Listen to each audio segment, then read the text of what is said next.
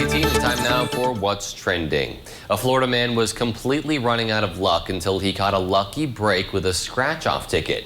38-year-old Curtis Fuller's truck broke down 2 days before he bought a Florida lottery ticket at a Jacksonville convenience store.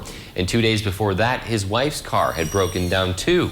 But a $5 scratch-off ticket turned his fortune around quickly on Monday with $1 million in winnings. Fuller told lottery officials he and his wife will use the money to buy 2 new vehicles and a new house to boot. And talk about, your luck completely turning around. I think we all can relate to being in a position like him. Maybe not as unlucky as him and his wife currently, but previously, I should say. But it's really great to see that just turn around completely for him, and even I'm sure he'll have some extra cash afterwards to play with as well. Absolutely, that's so crazy that happened. But hey, it came right on time, and I hope that I think the big thing with the lottery too is that a lot of people are like, you have $1 million or whatever, but they're not as careful with it. So it's so good that they're putting in, of course, getting new cars, but a new house too. That's even better. Yeah, I mean, make good use of the money right there. I mean, clearly the vehicles broke down. I mean, that's just bad luck right there. So I mean, why not just kind of help themselves live better by just getting some new stuff for them to enjoy. So what a good way to make use of that money right there. I'm sure they'll have a little bit left over to enjoy themselves in other ways.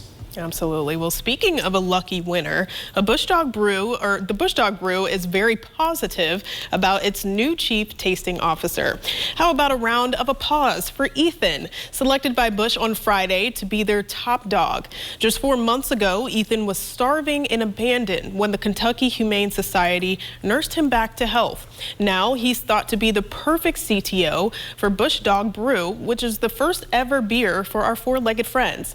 It's for everyone that always wanted to crack a cold one with their best buddy, but since it's for dogs, it has no alcohol, only nutritious bone broth.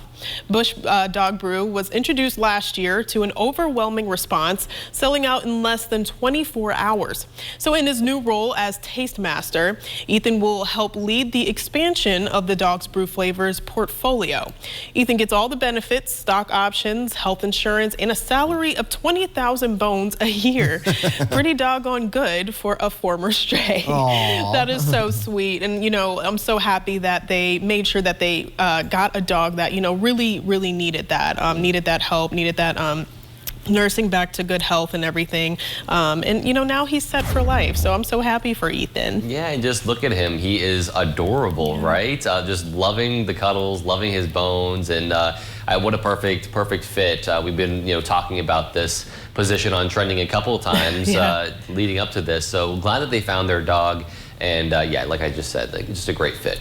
Yeah, and give it some, getting some love too, and in a very cute way as well. But from something that's a little bit lovely to something, in my opinion, that's a little disgusting. If you live in the eastern U.S., you might be seeing it here in the brood of cicadas emerging right now. 2 men in Tennessee have come up with recipes so they can eat them. Okay, no thank you. The kitchen at the University of Tennessee with Professor Jerome Grant and David Bechtel. First up, cicada street tacos with cilantro, peppers, onions, and some lime. David keeps the wings on his cicadas and hard boils them. As far as the taste, he likes to think of it as like a shrimp. And street tacos aren't your if street tacos aren't your style, who doesn't love chocolate? Jerome roasted his cicadas, and after they're laid out on wax paper, you melt the chocolate, then you get your final product. But if you want something a little more complex, you can add cicadas in your stir fry.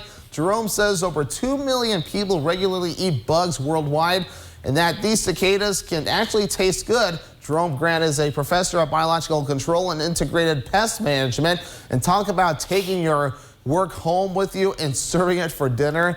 No, I'm just going to say no, not for me. I do not want to just eat bugs that are just coming out of the ground like that, even though they'll be cooked and everything else. So I'll leave that for others that want to take that chance. Oh my gosh. No. This kind of irks me a little bit. It's just, seeing the wings on them and just how large they are. I don't know if I could do it. Funny story, you guys, when I was in Costa Rica a few years back, exploring.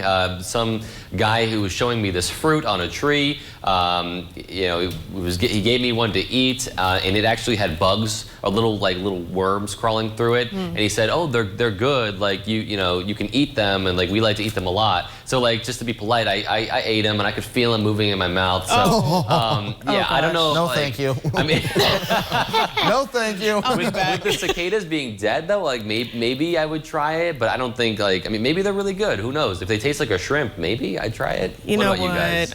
No, that's a no for me too. I want to know, first of all, I don't know what I guess goes in their system, but you know, I love tacos. Why are you going to do tacos like that? Yeah. You know, no, that's a big no for me. I'm just going to say the famous phrase that I'm sure many of you have heard before. It's a no for me. So